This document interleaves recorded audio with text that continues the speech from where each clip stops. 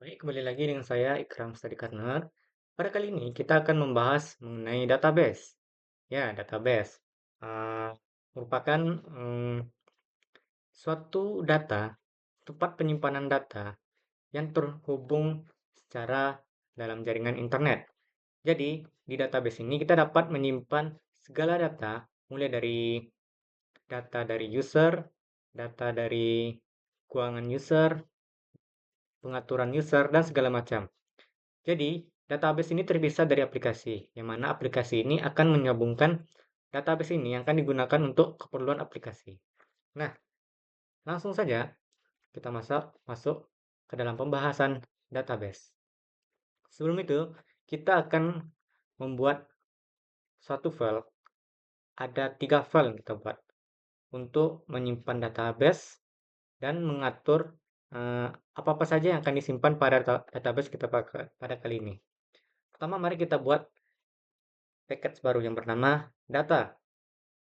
Dalam data ini terdapat 2 package lagi yang bernama DAO dan entity.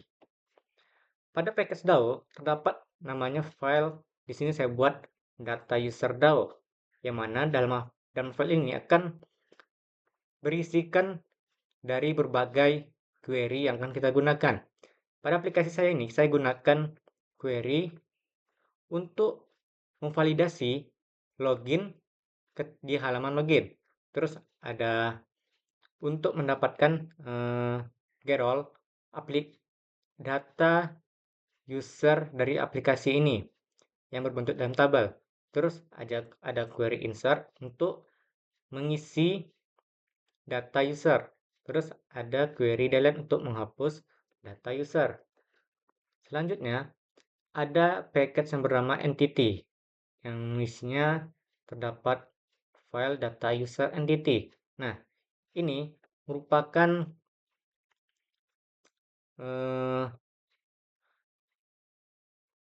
identitas atau isi dari tabel ini dan juga apa nama dari tabel ini. Di sini saya membuat nama tabelnya yaitu sebagai tabel user dengan isinya atau value-nya terdiri dari atas 4, yaitu username, email, password, dan create. Create ini merupakan timestamp dari user, kapan user ini akan dibuat. Selanjutnya, kita masuk ke file yang bernamanya app database.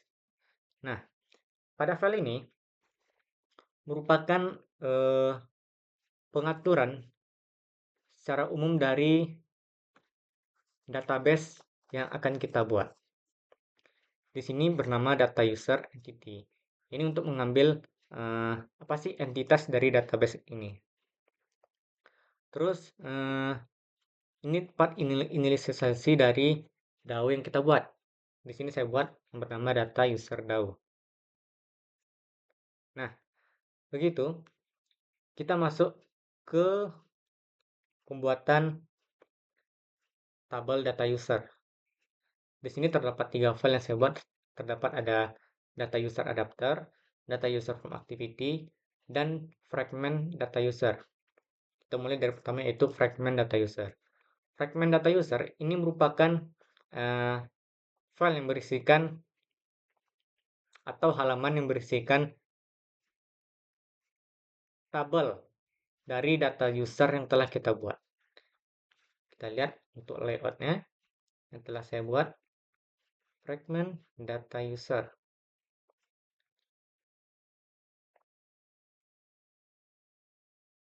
Lagi loading. Nah, ini merupakan recycle view yang merupakan next dari list, yang mana recycle view ini memiliki keuntungan yang mana lebih cepat daripada list view dan juga memiliki keuntungan kepada data memiliki data yang banyak dibandingkan dengan list view. Database dan adapter. Terus kita bandingkan RV node-nya. RV node ini recycle kita tadi untuk menampilkan data tersebut. Terus ada binding ke fob add node. Add bab ini tombol untuk menambah data user kita ini. Terus ada fetch node yang kita gunakan untuk delete nanti. Terus ada divider untuk misalkan antar file data user yang kita buat. Dan ini untuk fetch node-nya.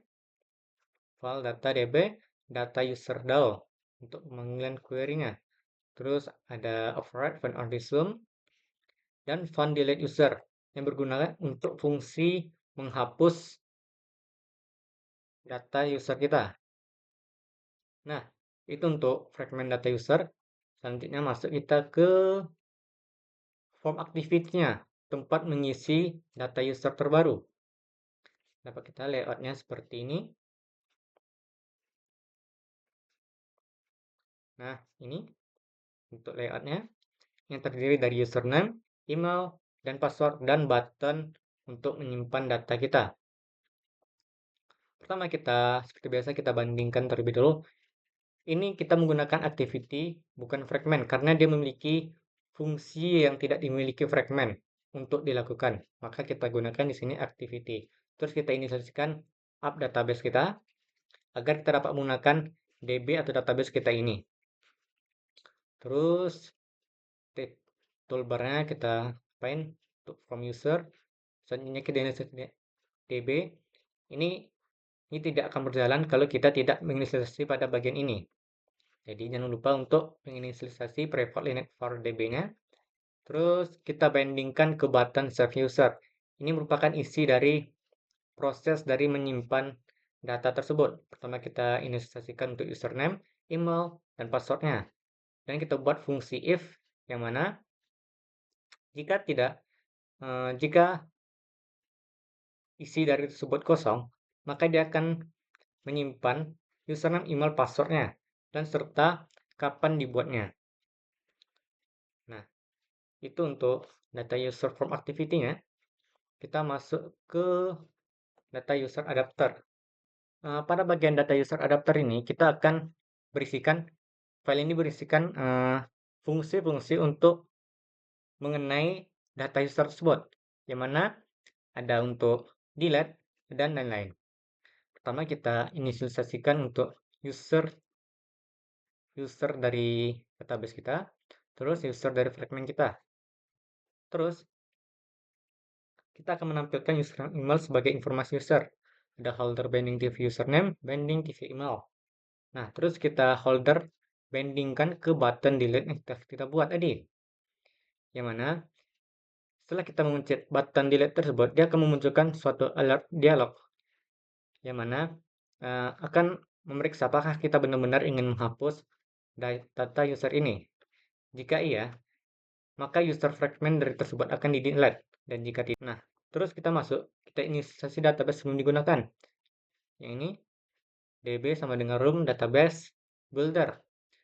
Nah, next, kita bandingkan ke button login.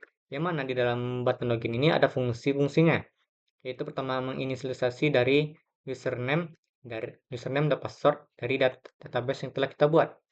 Terus, setelah menjalankan, sistem akan memeriksa apakah username dan password ini benar-benar ada pada database.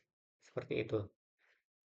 Jika iya, maka dia akan berpindah ke main activity. Dan jika tidak, dia akan meng-cancel loginnya dan akan mengeluarkan task yang berisikan username atau password salah.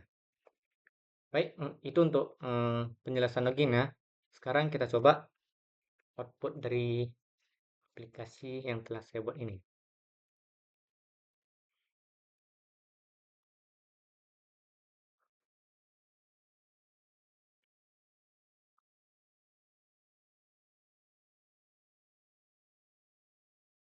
Ya, loading.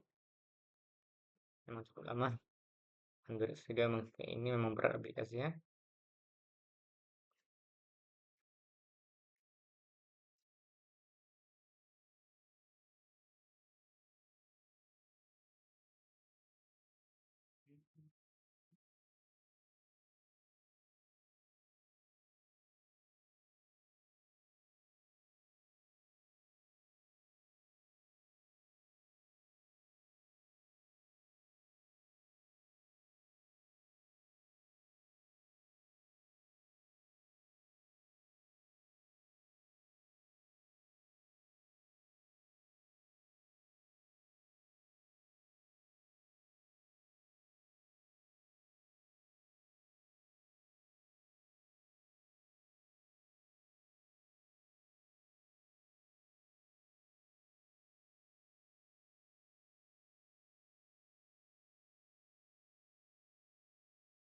Oke, sudah masuk ke aplikasi kita, loading splash screen-nya. Nah, di sini kita akan diminta untuk memasukkan username telah saya buat.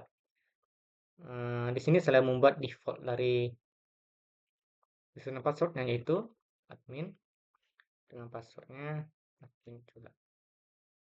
Oke, login.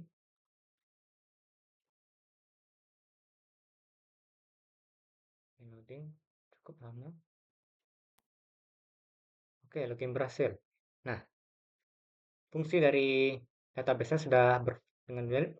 Selanjutnya kita coba untuk menambah username user dari kita, yaitu berada di bagian setting saya buat, terus di bagian atas tingkat developer-nya ada pilihan lain yang bernama table user. Kita pencet. Nah, di sini akan menampilkan segala data user yang telah didaftar. Di sini saya ada buat defaultnya yaitu admin dengan emailnya admin@gmail.com, terus ada gambar dari usernya dan button untuk menghapus user. Ini, apakah kamu ingin menghapus? Tidak. Mari kita coba untuk menambah usernya. Sini kita tekan add, tombol add-nya, terus kita akan masukkan username kita. Misal saya buat ikram, emailnya ikram@gmail.com, terus passwordnya saya buat di sini 123. Oke, simpan data. Nah, database berfungsi dengan baik. Di sini ditampilkan daftar usernya. Kita dapat lihat juga di app inspection database kita. Lagi loading.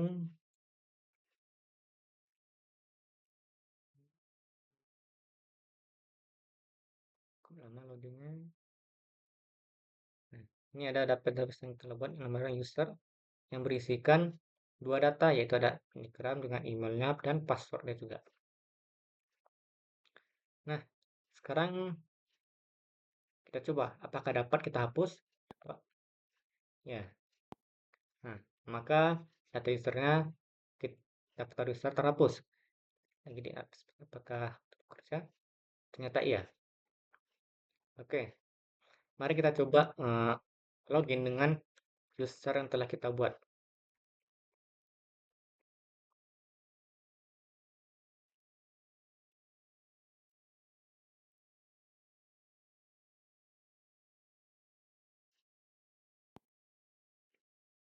Mari kita coba untuk logout. Kita coba menggunakan username yang telah kita buat. Ikram2 dengan passwordnya 123 dan login. Dan login pun berhasil dengan menggunakan user baru yang telah kita buat, yaitu Ikram2. Nah, itu sekian mengenai database pada kali ini. Saya harap teman-teman dapat merasa dapat mengambil manfaat dari penjelasan mengenai database pada kali ini. Baik, sekian. Saya ucapkan terima kasih. Sampai jumpa.